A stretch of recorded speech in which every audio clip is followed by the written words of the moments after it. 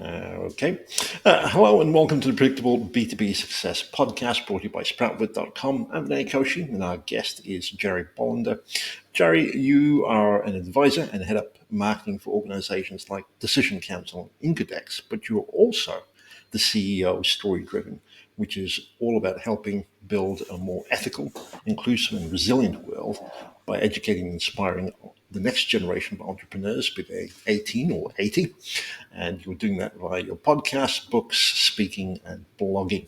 I'm curious, there's a lot of information about being story driven. It becomes a little bit old, if I can put it that way, this idea of telling stories. Yet you Right. seem to be incredibly passionate and really focused on this idea of taking a story-driven marketing approach. Why, in this at this time, why would you say that this is critically important? Best story wins. Full stop. I can't think of another more powerful way to market anything in the world. Everything is democratized when it comes to producing stuff. Look at AI right now as an example. Literally, I think it was Sam Altman that said 95% of marketing is going to go away because I'm going to automate it.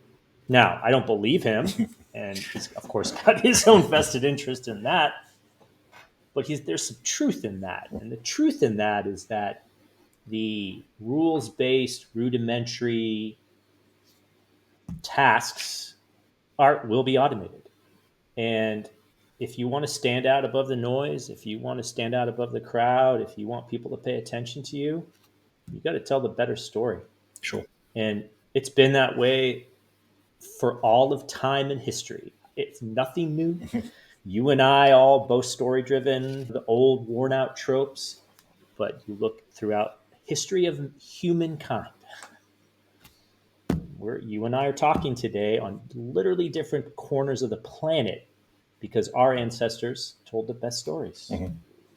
We won. That's just the way it is. So I, I think in this day and age, it's the only truly differentiator there is.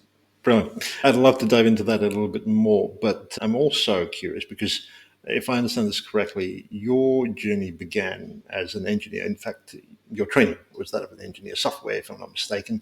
How did you switch, if I can put it that way, from being an engineer to really getting into this whole story driven and marketing approach? Yeah, switch to the dark side. All of my buddies with engineering. Yeah, I was electrical engineer, did semiconductors for a Okay. while, switched to software, did systems, super hardcore, nerdy, techie type guy. In fact, there's days that I wish I still did that because, in one sense, the problem's easier. Build Mhm. something? Sure, I could build anything. Honestly, I know it sounds a little crass, but you can build anything with enough time and money. Believe me, I've done it. Getting someone to pay attention to you, getting someone to buy said thing, like almost impossible. No one cares. Like literally no one cares. So I would like to say that I had this epiphany that, oh, engineering's not the way to go. I need to tell stories in marketing, but that would be not a complete lie, but a marginal lie, a little white lie. Because really what happened is I met a girl and she was in PR and marketing for professional athletes, startups, and nonprofits. We fell in love. We got married. And a little over a year after we got married, she got leukemia. And for the first time in my life, I had to like really make some tough decisions on career and life. And one of the things that we decided as a couple was that I would run her PR and marketing firm Mm. as an engineer, which I thought was the stupidest idea ever. But a couple of things that afforded me. One, I could work anywhere, right? Two, had flexibility because I had to take her to appointments, stay with her in the hospital. There's all these things, right? So I had to rapidly get up to speed on what the hell is marketing? What the hell is PR? I have no idea what I'm doing. And I'm not being facetious when I say I don't know what I'm doing. Did not know what I was doing. I have an MBA. Like I knew theoretically what it was, but I never had to hold a press conference. I never had to get the daily news, to get the nightly news to show up someplace. I had no idea what I was doing. And the only saving grace was that I write okay. Like I Mhm. love to write. I've written a bunch of books. I've got my story-driven series, which is like my thoughts on marketing and business and stuff related to stories. So, out of necessity, I switched, and then I'm like, wow, this is actually easier than engineering in one sense, but a lot harder because you got to persuade people to your point of view, get them to buy something, get them to donate money, whatever, right? And so during my wife Jane, her name was Jane, her 15-month illness, I just started to run her company, and then she died of leukemia, and I like didn't know what the hell I was going to do. Honestly, I sat there. What do I do? I have no idea. Like it's as shitty as it sounds to have your spouse die. And so really I'm like, pretty good at this marketing thing. People seem to enjoy my stories. I know combining them makes sense because the most powerful marketing is word of mouth marketing. And it's always about, hey, man, have you seen this cool thing? And so I said, I think I'll just do this. And I ran her business for the better part of 5.5 years until I actually had to shut it down. And that's why I have my job at Decision Council as head of market strategy. So I stumbled into it because of a tragedy, I Mm. think would be the way I would look at it. But I find it so fascinating. Like engineering was cool, but man, how do you convince someone to pay attention to you? Like, and not in a shitty way, but in a good way. Like, this is more art than science, and it's more emotion than logic, right? It's just there's a something that connects us that we need to tap into. So Mm. Uh, I said, why not? Let's do it. that's quite the story, very powerful, and certainly I can feel your pain with the loss of your spouse. Given this journey to date, what would you say would be your personal area of strength? My personal area of strength. Wow, boy. What's interesting is that when you go through something that I went through with Jane, it exposes a lot of weaknesses and builds a lot of resilience, Mm. right? Because we're in marketing, right? What's the worst that could happen? No one's going to die if our messaging's wrong, right? Nobody dies on the table. It's honestly like, why is everyone so bent out of shape, right? We may not make our numbers, okay, but come on, like it's creative. It sometimes doesn't work.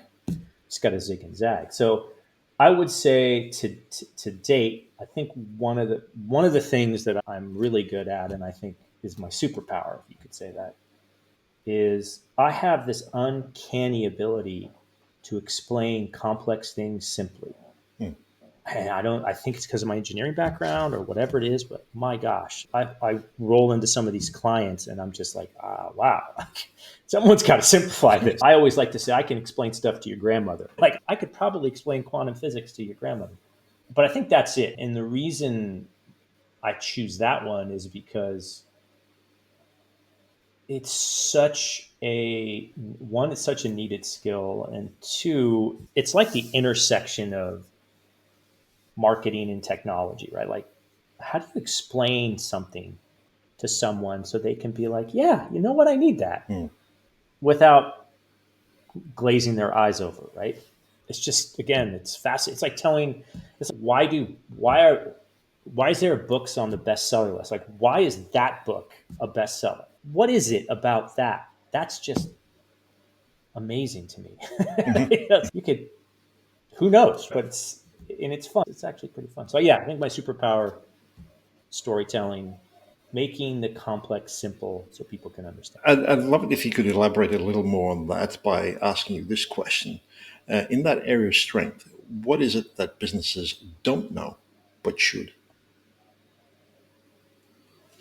Yeah, that's actually a very astute question because I get this all the time. Like when I roll into a client, I think businesses sometimes get too wrapped up in what they do and not the problem they solve for customers. At Decision Council, we're all outcomes focused when it comes to messaging and positioning and strategy and portfolio rationalization, all the things that you need for a solid B2B go to market strategy, right? And I'm always shocked that not a lot of businesses initially put the customer as what problem am I solving for you? What's the solution to your problem? It's usually about them more than not. And I think that comes from the fallacy that the company is the hero of the story. They're not the hero of the story. The company is not the hero. The customer is the hero. You happen to be the mentor. So you're Obi-Wan to Luke, right? Your job as the mentor is to make the hero successful, right? So, and that means how can I help you solve your problem? So I think that's the primary thing that companies, for whatever reason, don't get. Now, some of them get it really well, and I know they understand that, Mm-hmm. but I think people just get wrapped up in it, especially B2B, right? Yeah. It's like feature tool. You look at a website, what the hell do you how do you help me? I'm looking to solve a problem. Yeah. How do you help me solve my problem? Like, they don't know. Earlier, you said with the story-driven approach, you advocate for it because there's perhaps a fair few people listening in going, I get that, but how do I tell whether my story is good enough to win? Yeah, $1 million question, huh? It might not be, Yeah. to be honest. It might not be, right? I tend to think in what I term the big idea of a company, right? And the big idea has to answer why does your company exist? Like, not to make money, but the internal reason why you do it. What pain do you solve for the customer or the client? And then what makes you unique? And I believe that every company has some unique thing that no one else has, or some combination of things that makes them special. And that special secret sauce is what you got to figure out to win, because you got to find the customers that want that secret sauce, right? That is the game, and that is so hard to do. If you don't have a good story, and it's just sort of blah, me too, copy and paste some other thing. Pretty much every AI app now, right? It's we're all going to build AI apps. Oh, great. Do I need yet another Chat GPT interface? No, but I understand why they do it. But if you're in saying, okay, what is my story and is it good enough? It might not be, and that's okay.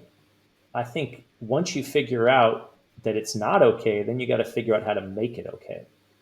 And that just comes from tried and true talking to people and figuring out where the people are that actually want what you have, and then you got to realize, oh, maybe there's no one wants my what I have to offer. I'll give you a great example of this. Is one of my own companies.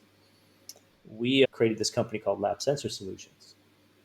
Its goal was to track the temperature and location of perishable medical supplies so they don't spoil, which is a solid, great humanitarian thing.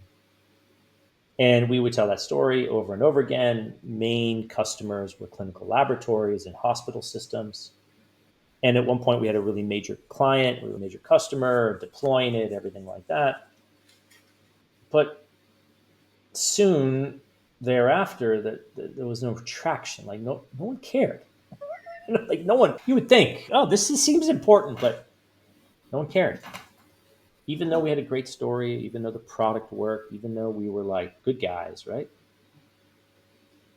No one cared about our story, so we ended up having to shut it down because we couldn't find the people that really cared about what we were doing. And doesn't mean we didn't have a good story. It just doesn't mean that our story resonated with people that had money to buy our stuff. And it's sad, but that's reality. Like, not all stories, not all great stories win. Just not all awesome novels are New York Times bestsellers. Not like all awesome memoirs that I wrote about my late wife Jane are New York Times bestsellers. It's just not. Doesn't mean they're not good. It just means I haven't found the audience yet, or you haven't found the audience It can be a bit challenging, though, for companies that have high value products or services that they're trying to sell, where certainly storytelling is important. I'm curious, in the creation of a story, there are emotional elements that you're seeking to evoke. Mhm. How do you go about discovering what would be the right emotions to evoke in crafting that story, that to ensure it resonates, but also to make sure that it sticks? Yeah, that's really hard. And that's why I get paid a lot of money to do it. No, I would say that which is remembered gets repeated, Mhm. and that which gets repeated becomes truth, right? So stories, typically really good stories, are easy to remember, easy to repeat, and hit on a core emotion that you, for whatever reason, feel, right? When it comes to complex B2B sales or even SaaS or whatever, a lot of times in B2B, we think that we're very logical, rational, reasonable people that make decisions based on data. And that's mostly bullshit because we actually don't make it 100% on data. We end up justifying our decisions based on data, but really it's how we feel about interacting with the product, its copy, its overall like resonance on the problem we're trying to solve. Like I'll give you a good example of this. So let's say you're looking to do get some leads for a campaign, like a lead generation campaign. And let's say you want to do, you've got two options. You've got Zoom Info for B2B leads, and you've got Apollo, which is another tool. There's a million of these tools, right? So depending on where you are in the buying hierarchy, like the buying committee, and how much of gumption you have either used both of these tools, or you've gotten a demo, or you've really tried to interact with them, right? Now, the difference between the two is relatively small in terms of functionality. You can find and search for leads and get emails and then email them or call them or whatever, right? So it's a prospecting tool first and foremost. They might have some intent data or whatever, but it's generally a prospecting tool. But there's a difference between them. The difference is that one of them is 10x more expensive than the other. And you'll have to ask yourself, why? Like, why? Why is that? So as you interact with them, you get a sense and a feeling depending on who you are. If you're a tier one Fortune 5,000 company, right? You've heard of Zoom Info, they've been written up, you're probably your CMO or someone sent you the link and you're like, oh, I feel good about it. Like, I won't get fired if I pick blah, right? But if you're like tier two, tier three type company, you're a startup, money's a concern, and you're like a hacker and you're like a growth hacker, you're probably got the free version of Apollo. Maybe you paid like $50 a month just to play with it. And you're like, I feel pretty good about it because they're hitting me. My pain is I need high quality leads at a low price. And when I have more money, I don't have a problem spending it. But if I don't have any money, I'm constrained, right? I need high quality leads, etc. Both tools do this. They're like exactly the same, honestly. And there's probably a dozen other ones that are exactly the same. But the feelings are different because it depends on where you are and who you are. A startup would never use Zoom Info. Too expensive, not going to work. They'll use Apollo. Again, Fortune 5,000 company will probably use Zoom Info just because everyone's talked about it. They're enterprise level. There's all these test cases that they've put the narrative in there, and they put the narrative out there, and they put the bug in your mind that we're enterprise level. Mm.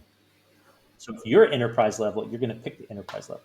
If you're startup growth hacker, you'll pick startup growth hacker Apollo, right? And those are two, again, there's countless examples of that. That it just really depends on your ICP, right? And doesn't mean that not both of them won't go back and forth. Like people won't use either one of them, but it's who you're going to resonate with, right? And again, I think in that example, if you're enterprise, Zoom Info resonates with you. If you're non-enterprise, if you're growth hacker startup, small business, Apollo resonates because they're just different. They've set the narrative up differently, you know? So, just to make sure that I understand this correctly, apart from your origin story, which we talked about earlier, where a founder or the CEO would talk about how a the company came to be and where it is today. Apart from that, it's about literally creating narratives around the brand. And if that is to be the case, probably the best place to go would be your customers and tell their stories. Would that be fair? Yeah, I think you can. So you first off do have to have a point of view from a company in the origin story so you have to have a point of view and you have to have this is who we are and this is what we stand for. Then what you have to find is people that want to buy what you have, right? Which is always those are customers. Those are important people in this whole scenario. And then I think you're right in the sense that what the reason why like case studies and customer testimonials are so powerful is because other customers see themselves in the story. And the power of a story, and one aspect of the power of story is a specificity equals universality, Mm-hmm. which seems counterintuitive. But the more specific you are about what's going on, the more authentic it is. But two, people will then project that on themselves. And when it resonates with people, you're like, that's me. They solved their problem. They could probably solve my problem. So yeah, I think customer testimonials, case studies, I think anything that gets the customer in the loop, because it's the positive feedback loop, right? That is, and not a lot of B2B companies do that, to be Mm-hmm. honest. It's just ridiculous. It's like silly. Like you're not talking to people. Like what? You're not talking to what they're telling you. And not to say that you have to listen all the time, and not to say that they may lead you down the wrong path, but they will tell you what resonates with them. And that's the story. Like, what part of this story resonated with you? Oh, the Zoom Info Apollo example. Oh, Apollo is just super easy to use. I can try it for free. And you know what? I can handle $50 a month. Zoom Info. I need to call sales. I need to get a demo. It's a minimum 25 grand. I can't afford that. That doesn't resonate with me. For someone else, it will. Mm-hmm. Some massive company, right? That's got a budget. But if I'm just a growth hacker, like trying to play, I can't afford that in one sense. Or all my buddies are talking about Apollo as opposed to Zoom Info. Oh, I'm going to do with that. So that whole idea of word of mouth marketing, those are those customer stories, right? That's the most powerful marketing in the world is when someone calls you up and says, "Hey man, hey Jarie, what are you using for prospecting?" And you're like, "Oh, I'm using oh cool this." And your customer stories, I think, pull that out. Yeah. So again, for listeners who are probably going, I get the broad concepts, and just using the example that you were talking about, this contrast between Zoom Info and Apollo, really you're wanting to grab the specific details of the user experience with Apollo, which would probably be something like a growth marketer who's able to stitch together a lead gen campaign using no code tools to get campaigns launched in less than a day and their results that they've experienced from it, as opposed to, say, a company that's using Zoom Info for their ABM campaigns, where a lot more detail and complexity is involved in terms of both the advertising as well as the marketing messages that go out, etc. And that kind of paints a bit of a different picture. I see you nodding, so I think you agree with that. So again, this boils down to details and some of the emotions that involved with the titles or the roles that the individuals have in particular organizations. I'm curious, how do you unpack that? How do you uncover that? It starts with the big idea of the company, right? Yeah. So you always start at the top. Okay, what's the broadest thing we can say about XYZ? As an example, let's like just take the Apollo Zoom Info thing. So the broadest thing you can say about Apollo is that it's automated B2B prospecting that just works or whatever. We'll just go from that. Okay. So that's a broad story, but it's pretty specific. It's okay, prospecting for B2B. It's contact, it's info. It helps me do my job. Depending on where you are in the hierarchy, are you the CMO? Are you the demand gen manager? Are you the VP of marketing or whatever? There are just certain things that you need to justify this purchase and that you need to actually feel good that this is a good idea. So if we're talking about demand gen, we're talking about prospecting with tools like Apollo and Zoom Info. Depending on the level in the organization, the message is going to be broadly the same, but there's specific things that you ask, Mhm. right? Is the demand gen manager, okay, how am I going to do attribution? Can this connect to HubSpot? How am I going to send the email sequence? Who do I have? So you're like, I have a tactical perspective. Okay, how's this going to stitch into my workflow? How's this going to make me meet my demand gen numbers to sales? Like I need to give them a certain number of MQLs. How does this going to help me? So Mhm. that's a very tactical thing, right? Now, if you're the CMO of a company, you have a broader vision. You've got brand to deal with. You've got launches of products. Demand gen is one part of it. So you're thinking, okay, out of my entire budget, this is how much I'm spending on demand gen. I've got 5 people.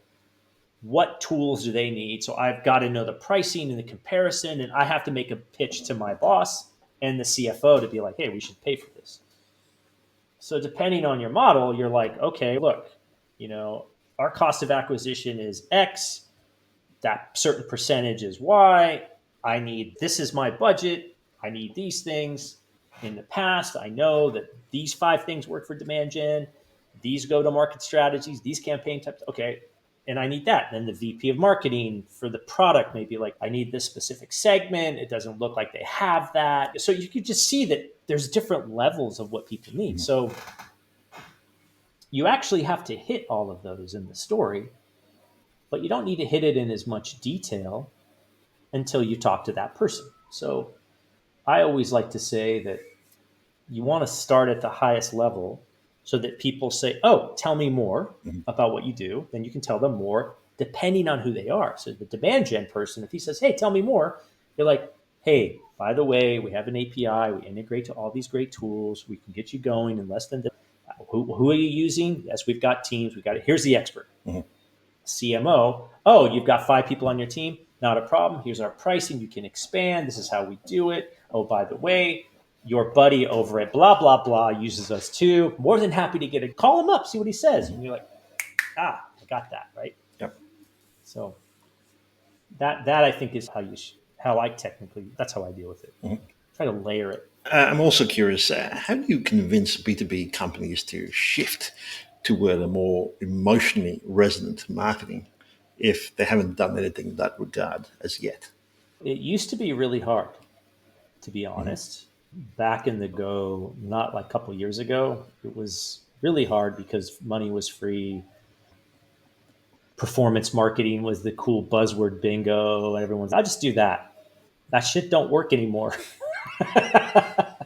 And there's a lot of noise in the world. And people are like, oh shit, growth stopped. What happened? Everything got arbitraged out. Those growth hacks don't work, right? So you need to be, you need to have a solid story that resonates with people. You need to do all the fundamentals of marketing again. It's persuasion. Yep. You can't like just sit around and throw money at some performance marketing ad things. It doesn't work because a lot of times it didn't. And this is how people buy now. And I think that what's interesting is that the B2C trends, business to consumer, they foreshadow how sales and marketing are going to evolve.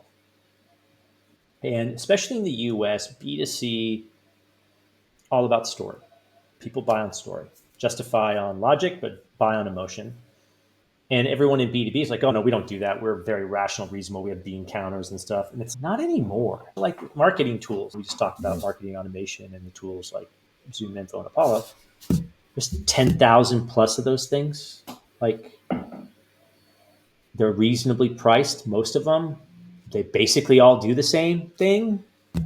Which one do you pick? Mhm. That your buddy, you pick the one that your friend told you to use. You pick the one that's got decent G2 reviews, And then you pick the one where you just feel good about it. And you're going to justify it with some silly logic or some data. But generally, you're like, I just the rep. Oh, they seem cool. I call, they give me a call back. The tool is easy to use. It's not cumbersome. It's reasonably priced. There's 50 different options I don't want to think about. My buddy Joe over at blah, blah, blah uses it. He's cool. He said he'd help me set it up. Oh, those are not logical. It's all emotional. Right? They gave me a cool mug. I got a t-shirt. I know, it sounds silly, but it works. Brilliant. I'm assuming, though, that even if certain people buy into this idea of going in with an emotionally resonant marketing approach, that there are perhaps some difficulties in ensuring that internal teams are aligned, especially around a cohesive story. What would be your recommendations to overcome that? One of the things I do with story driven is I have this idea called the brand story guide. And it's basically pretty straightforward, simple. In fact, I can get it down to one slide where this is the story narrative. This is what drives the business. And if you can just align everyone behind that, and how you do that is you make a clear, concise, and compelling story that anyone can understand. Like it's not complex. Like it's we're here because of X. This is why. So internal alignment is probably one of the hardest things, to be just brutally honest, because there's a inherent barrier to the status quo. Most people don't want to change. They don't. They're used to it. Mhm. They're like, why do I have to learn this new thing? And you're like, we're getting crushed. But they will literally go off the cliff, right? What I've found when it comes to internal alignment is brand story guide, very simple stories that people can repeat easily, and they got to get buy-in. They have to see the bigger picture too. A lot of times that's just, hey, we're going to sell more stuff because we're going to tell a story that is better than someone else, one, and two, it's going to get people excited. And anytime I've gone down that path, people generally are like, okay, I see it. And then when they see that solution selling, the storytelling, how it resonates with customers and prospects, and it only takes maybe a couple of those, then they're like, holy shit, this actually works. And I'm all, yeah, it actually does work. It's amazing because we're all messy humans. We're all emotional animals. We're not rational and reasonable. We're chaos. We're crazy nut jobs. And you just got to be able to contain that, resonate that, like put it in a box, right? Because again, we buy from people we trust. We buy from people that we connect with. Even if we're buying a free demo SaaS product that we don't even ever talk to sales, how we interact with customer support, how easy it is to get onboarded, just the general how friction or frictionless it is. That's an emotional thing. You don't want to get frustrated onboarding just some silly SaaS tool. Really? I need to call someone to upload the CSV file. Is this that broken? And I know that sounds weird, but I literally have this problem with one of the clients I'm working on, and it makes me so angry, so angry. I'm like, I've got to edit this thing now. What? Who do I kill? Certainly. That can be very painful. And having had that experience myself, yes, I can totally understand. And so my takeaway would be discover I guess, the emotional pain points that your internal teams are trying to overcome and speak to that. Okay, brilliant. Yeah. It takes a village, right? Like ram it down someone's throat. Like anything. Just look at. I always try to give the analogy to a political movement or a cultural movement. If you're a community organizer, so I used to do community organizing here where I live in San Francisco, and I was always fascinated by this too because how do I get people to my point of view?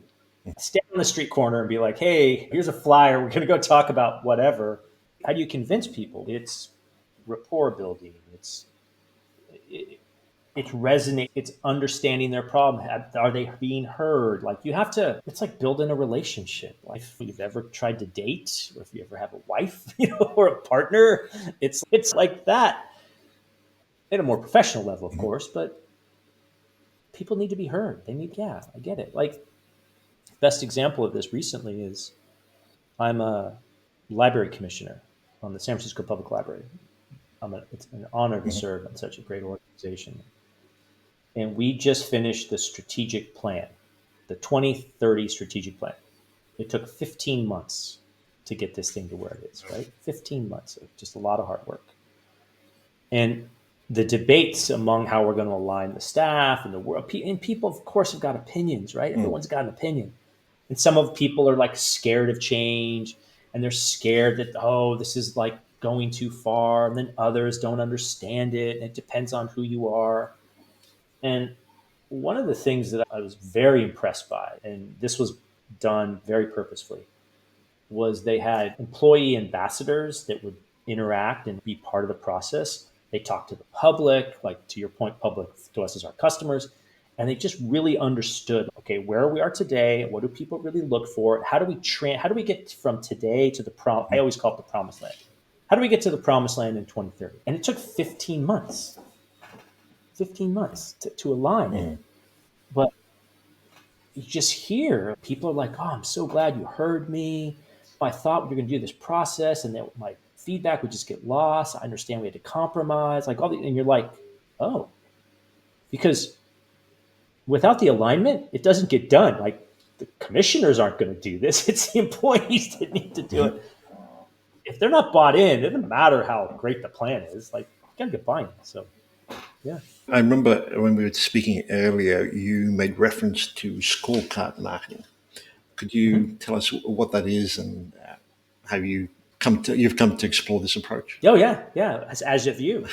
We both have. Yeah. One of the things in B2B that is becoming more and more apparent, and you don't have to look too far to see that there's just too much content out there. Mhm. It's not well curated, and it doesn't really, I don't know where to start. Like things are getting too complex. So where do I start? Usually you'd get on a call and book a demo and have a sales call, and then the salesperson would figure out where you're at and then try to get something work. It just doesn't work very well because I don't want to. I don't know about you. I'd love your thoughts on this. I don't want to talk to sales to get a demo of something.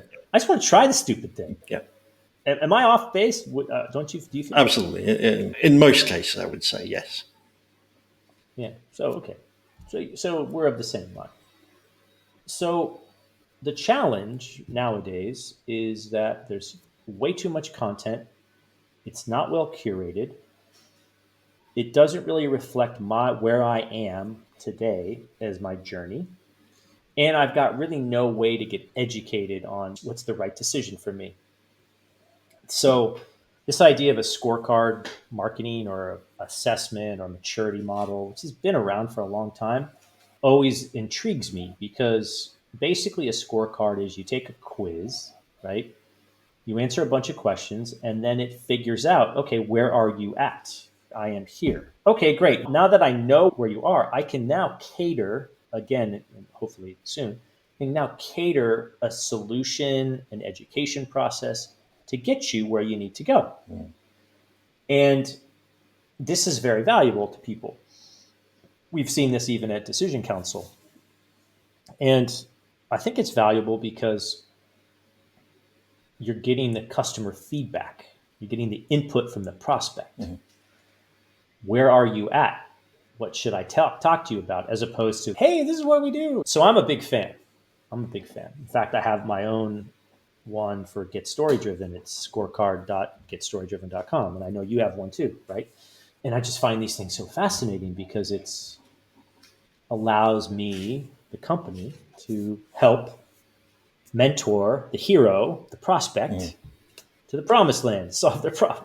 Yeah, Yeah. it's pretty cool. A very neat way to assess people's storytelling approach in your particular case, and perhaps a little bit in mine as well. It's great to be able to diagnose where people are at and lead them to the promised land, as you referred to it.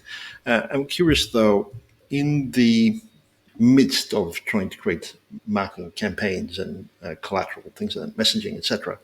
And as we try to incorporate stories into all that, is there a way to ensure that we're on track? And I guess I'm asking this question because a lot of metrics that are often talked about tend to be lagging indicators. Are there leading indicators that you would recommend we look to? Leading indicators.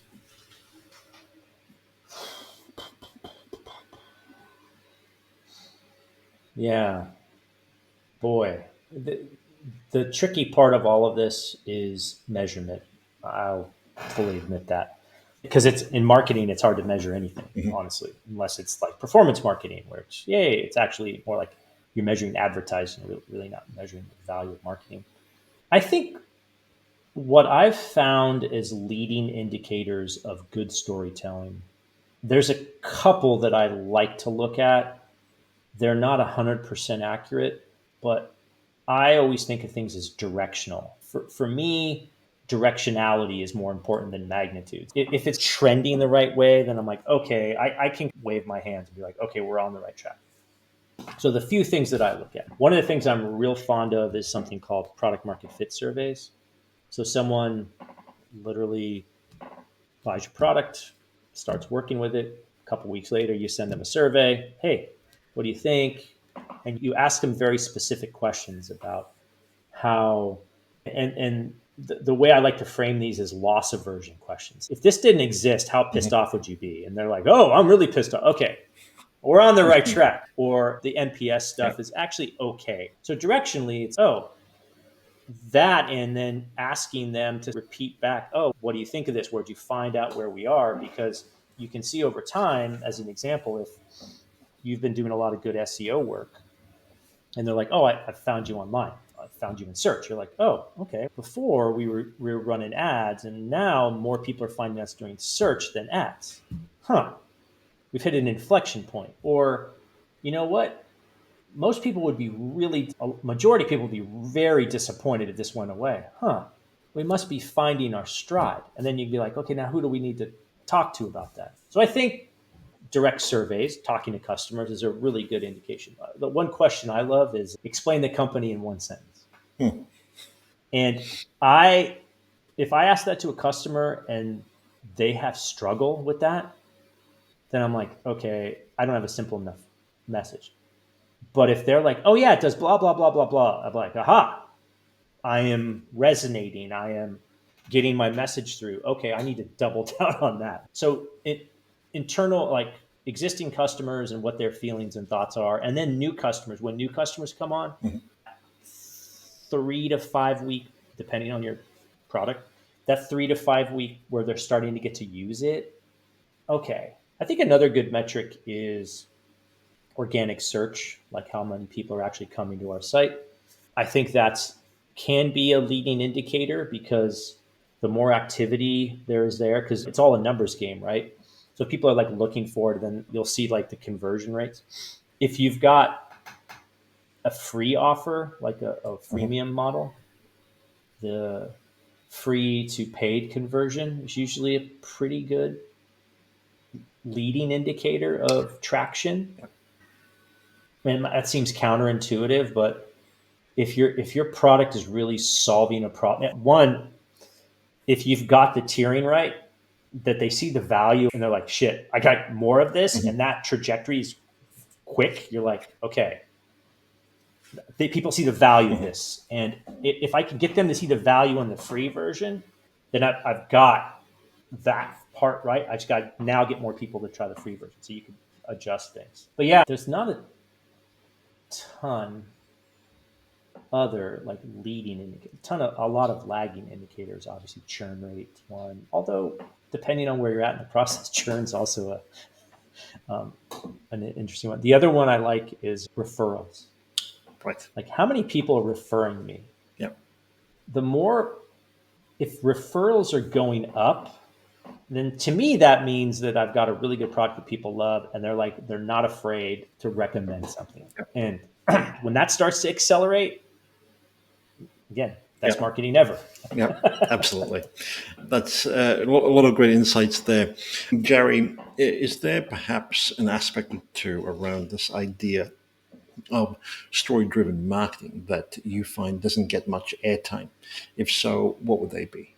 I think a lot of people don't spend a lot of time on their messaging and positioning to like really understand the story behind it. That strategy I think is often overlooked. It's hard and it's a unique skill set that a lot of people don't have, especially on the strategy side, but that generates everything. If you're, as an example, if you don't have a solid big idea, if you don't have a good origin story, if you just, that's all messy, then everything downstream is just messy and crazy. And you can never go back to the core, right? So I always like to think that in terms of storytelling and being story driven, most people don't spend the time on a solid origin story, a solid big idea, which then generates your messaging and positioning. Because that's the most important thing, in my opinion. Like, you don't know what you're going to tell the market and where you are in the market. You even know where you're going to go. I'm in Detroit and I need to go to Canada and I'm heading south. You're like, what? No, wrong way. You're going the wrong way. Anyway, Okay, brilliant. If you were listening to this episode, what would you say would be your top takeaway?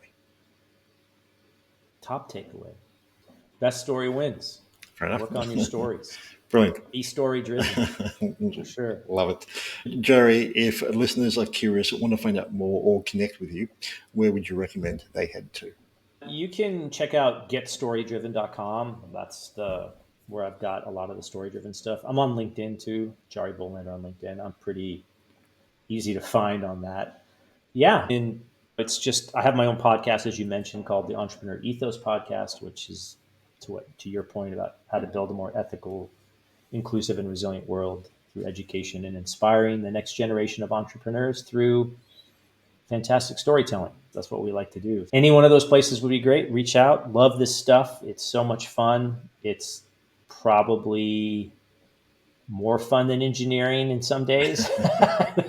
It's harder in one sense, but then easier. But it's just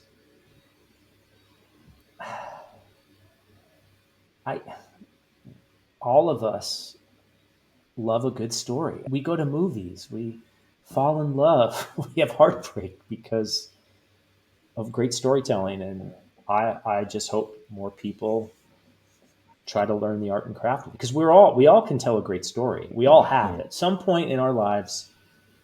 We have somehow figured out how to tell a story. We just don't do it that often, and it's a shame because it's so much fun.